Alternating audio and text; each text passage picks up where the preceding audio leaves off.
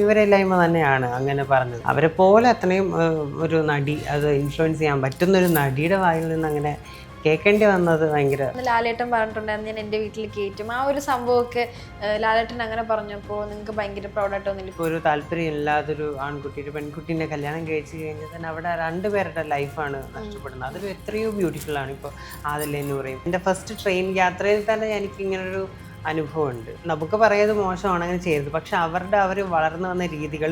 സേതുപതി പോലും എന്താ പറഞ്ഞത്, ആ പുള്ളിക്കാരിയെ പറ്റി ഇങ്ങനെ ഒരാളാണ് ലൈഫിൽ ഒത്തിരി ഇത് കടന്നു വന്ന് അങ്ങനെ ഒരു മോട്ടിവേറ്റ് ചെയ്തിട്ട് അവിടെ എല്ലാവർക്കും ഭയങ്കര അവർ വെൽക്കം ചെയ്യുന്നത്. ഇപ്പൊ റീസെന്റ് കൂടി ഒരാൾ എൻ്റെ അടുത്ത് ഇങ്ങനെ പറഞ്ഞു, നമുക്കിങ്ങനെ നീ ഓക്കെ ആണെന്നുണ്ടെങ്കിൽ നമുക്ക് അങ്ങനെ മുന്നോട്ട് പോകാം. അങ്ങനെ ട്രസ്റ്റ് ചെയ്ത് ഭയങ്കര കൂടെ ഉണ്ടായിരുന്ന ആരെങ്കിലും പിന്നെ നിന്ന് കുത്തിയിട്ട് അങ്ങനെ പോയ എന്തെങ്കിലും സർക്കിൾ ഫ്രണ്ട്സോ അങ്ങനെ ഒരാളുണ്ടായിരുന്നു? ഏറ്റവും വലിയ ക്രഷ് എന്ന് വെച്ചാൽ ഡോക്ടർ KG യേശുദാസാണ് എൻ്റെ ഏറ്റവും വലിയ ക്രഷ്. അവര് സെക്സ് വർക്ക് ചെയ്തത് അവരുടെ ഗതികേടുകൊണ്ടാണ്. അവർക്ക് ജോലി ആരും കൊടുക്കുന്നില്ലായിരുന്നു സ്റ്റാർട്ടിങ്ങിലൊന്നും. അവർക്ക് അവരുടെ സർജറിക്ക് വേണ്ടിയിട്ടാണ് അവരങ്ങനെ ചെയ്തത്. പക്ഷെ സർജറി കഴിഞ്ഞ് കഴിഞ്ഞാൽ അവർ ഈ ഒരു പണിക്കൊന്നും ഇറങ്ങത്തില്ല. അവരെ ഗതികേട് കൊണ്ടാണ്. അതെന്ത് ആൾക്കാരും മനസ്സിലാക്കാത്തേ എന്ന് ചിന്തിക്കുന്ന ഒരു ഇതും. അപ്പം അതുകൊണ്ടാണോ ആൾക്കാരങ്ങനെ?